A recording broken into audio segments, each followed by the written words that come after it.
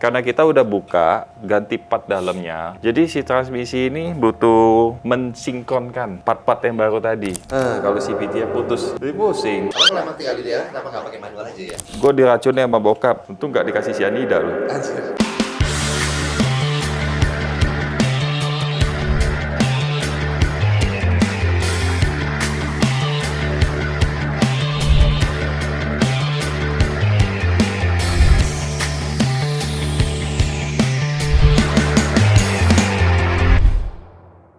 Balik lagi di YouTube Domo Transmisi di Obsesi. Obrolan seputar transmisi episode 43.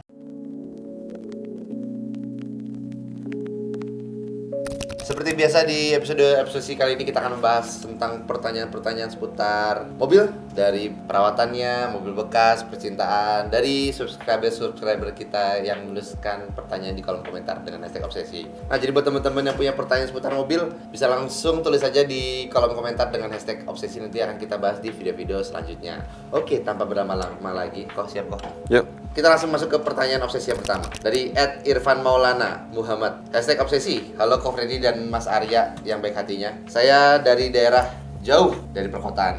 Ceritanya, saya ada rencana beli mobil MPV bekas. Saya bingung mau ngambil yang AT, takut ketersediaan spare part, lama-lama kalah sama yang CVT. Mau ambil CVT, takut nggak sebanyak AT kalau dipakai. Nggak sebadak. Nggak sebadak ya, salah baca. Nggak sebadak AT kalau dipakai. Mohon sarannya. Terima kasih. Tinggalnya di daerah jauh dari perkotaan. Kalau saran mending ambil AT lah. Iyalah. Gak usah takut ya kok kalau masalah spare part ya kok ya. Spare part mah pasti ada lah. Dari mobil zaman tahun 90-an udah ada Matic juga spare partnya sampai sekarang banyak ya. Masih banyak. Melimpah ya. Gak usah takut lah itu. Gak usah takut. Justru kalau CVT lu tinggal di daerah misalnya yang jauh dari perkotaan.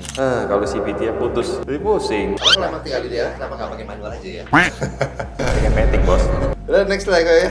Dari @robit koma. Hashtag obsesi. Mau tanya dong, Kang Arya dan Ko Freddy, kasih tips and trick dong kalau misal mobil AT atau CVT remblong. Apakah bisa mengadakan engine brake-nya? Terima kasih. Bisa. Bisa ya kok ya. Tinggal turunin aja giginya. Selain pakai engine brake kan ada rem tangan juga kan? Ya pelan-pelan. Iya, pelan-pelan pakai rem tangan atau remnya yang di kaki pelan-pelan ya kan. Tapi jangan sampai remblong lah. Kasihan amat mobil bisa sampai remblong gitu. Ya itu kan biasanya udah ada ciri-cirinya kalau Iya, remblong. Misalnya minyak remnya udah berkurang ya. Berarti ada kebocoran dong di Iya, remnya. iya. Atau diinjek remnya tuh dalam atau harus dipompa dulu. Iya, kan berarti udah ada tanda-tandanya kan. Tanda. Ya mungkin tiba-tiba loh kalau nggak ada apa-apa. Kecuali misalnya selangnya pecah misalnya. Oh itu musibah kalau itu. Musibah. Nggak ada bocor, nggak ada apa, minyak rem juga bagus, tapi pecah. pelan-pelan selang tiba-tiba pecah, Iya, itu musibah. ya beda cerita lah. Tapi kalau misalnya itu terjadi ya udah engine brake-nya ya udah kan otomatis kita nggak usah injek gas lagi ya Iya. kan. Pelan-pelan ikutin kecepatan, turunin giginya aja. Mau AT mau CVT ya kan bisa kan. CVT ya masuk ke menu S ya kan, nanti dari pedal shift-nya misalnya. AT juga, misalnya AT yang lama juga tinggal turun aja dari D ke 3, ke 2 ya kan, ke L ya kan, sampai ikutin kecepatan mobilnya. Bantu rem tangan juga ya. Iya, pelan-pelan gitu. Udah kayak ngedrift ya kalau bantu rem tangan deh. Oke, next ya kok ya. Dari Muhammad Alfiansyah. Hashtag obsesi. Kok apa perbedaan antara mesin VVTi dan dual VVTi? Kenapa bisa VVTi lebih bertenaga tapi lebih boros, tapi yang dual VVTi lebih irit? Hashtag obsesi. Dua VVTi itu kan ada sensor yang ditambah tuh. Saya dulu, di atas itu ya? Iya, dua biji itu sensor ya. itu. Dulu kan cuman satu single VVTi lah. Kita ngomong apa nih, Avanza ya misalnya ya. Avanza. Dual itu jadi lebih irit, iya. Karena logisnya itu memang sengaja dibuat untuk ngecilin pasokan bensin. Oke. Jadi mobil itu ya semakin nggak ada tenaga kalau bensinnya semakin dikurangin. Jadi dia ngatur untuk timing untuk valve-nya main gitu.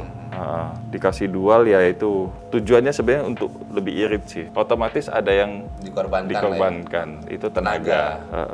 Ini keluhannya dual VVTi pasti nggak bertenaga sih kalau keluhan ya. Tapi memang irit. Lebih irit. Irit.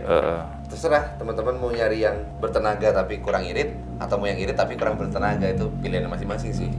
Tapi dua-duanya oke sih. Ya itu cuma kan zaman sekarang ya pabrikan tuh berlomba-lomba keluarin mobil yang irit. Trennya udah nggak zaman mobil boros, nggak zaman mau pajak mahal misalnya. Makanya kan mobil dibuat irit ya kan. Nah, mobil ya dengan cc gede, pajak mahal, boros segala macam itu harganya makin jatuh ya kan.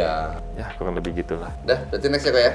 Yuk. Dari Alfian Dharma, hashtag obsesi. Halo Mas Arya dan Ko Freddy yang baik hati. Saya mau tanya dong, apakah mobil Matic perlu dikalibrasi Matic setelah overhaul? Apa fungsi kalibrasi dan kapan harus dikalibrasi? Terima kasih. Ini pertanyaan bagus. Mekanik nih kayaknya. Mobil Matic ada sebagian yang memang perlu dikalibrasi. Ada beberapa mobil Matic itu nggak perlu kalibrasi. Kita ambil contoh, rata-rata Honda yang CVT, yang baru ya, itu nggak perlu kalibrasi. Hampir semua deh. Iya. Oke, itu nggak perlu kalibrasi. Terus ada juga yang butuh dikalibrasi. Misalnya Alphard CVT perlu dikalibrasi. Kalibrasi itu intinya karena kita udah buka ganti part dalamnya. Jadi si transmisi ini butuh mensinkronkan part-part yang baru tadi. Karena waktu kita kalibrasi, kadang RPM itu naik sendiri loh. Kita coba diperintah oleh scanner itu untuk injek rem. Nanti RPM naik sendiri. Nanti transmisi langsung bisa kayak auto synchronize lah gitu ya. Ini nanti dia keluar datanya. Ini kalau dirasa udah oke, ya udah. Nanti prosesnya komplit, selesai. Udah cuma gitu doang. Nah, kita ikuti petunjuknya dulu. Kadang ada beberapa mobil yang kalibrasinya, oke, lu mesti kontak off dulu sekian detik. Iya.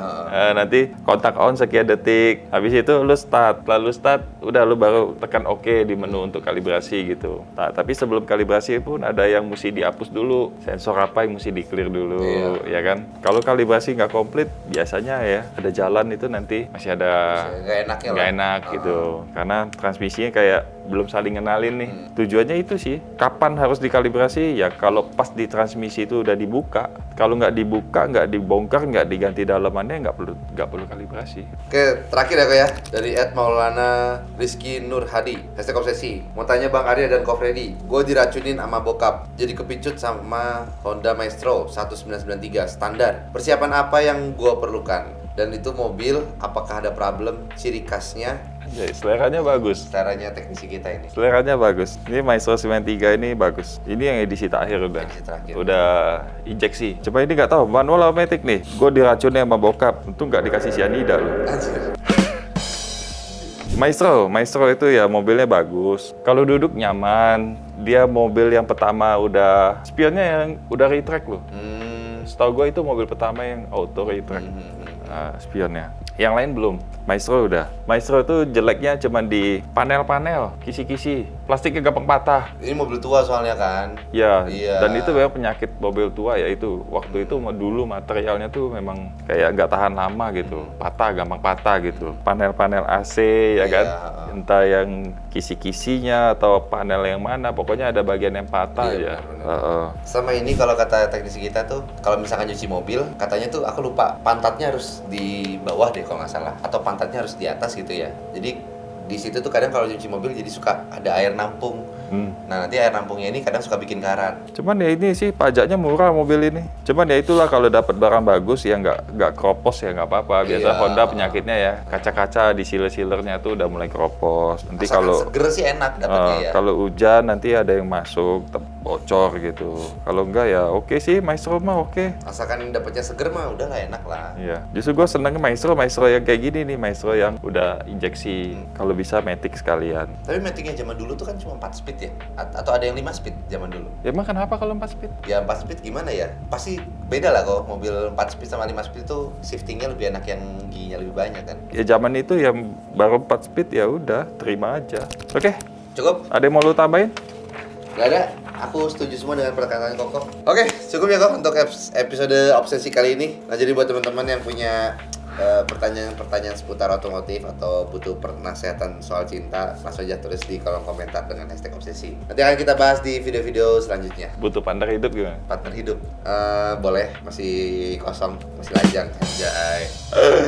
Nah terus buat yang punya masalah mobil daerah Jabodetabek, langsung aja datang ke Domo Transmisi Pusat di Kelapa Gading. Atau yang tinggal di daerah Bintaro, kita juga udah ada di Domo Transmisi di daerah Bintaro di sektor 3. Terus buat yang tinggal di daerah Bandung, Jawa Barat, bisa langsung aja datang ke Domo Transmisi yang ada di Padalarang, 1 jam dari kota Bandung. Dan terakhir kita udah ada di Domo Transmisi Lontar, Surabaya. Jadi warga-warga Jawa Timur nggak usah khawatir, udah ada Domo Transmisi Lontar untuk menjawab pertanyaan kalian semua. Nah itu aja kok ya. Oke.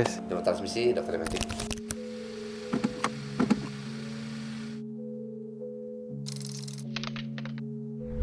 Domo Transmisi, dokternya Matic.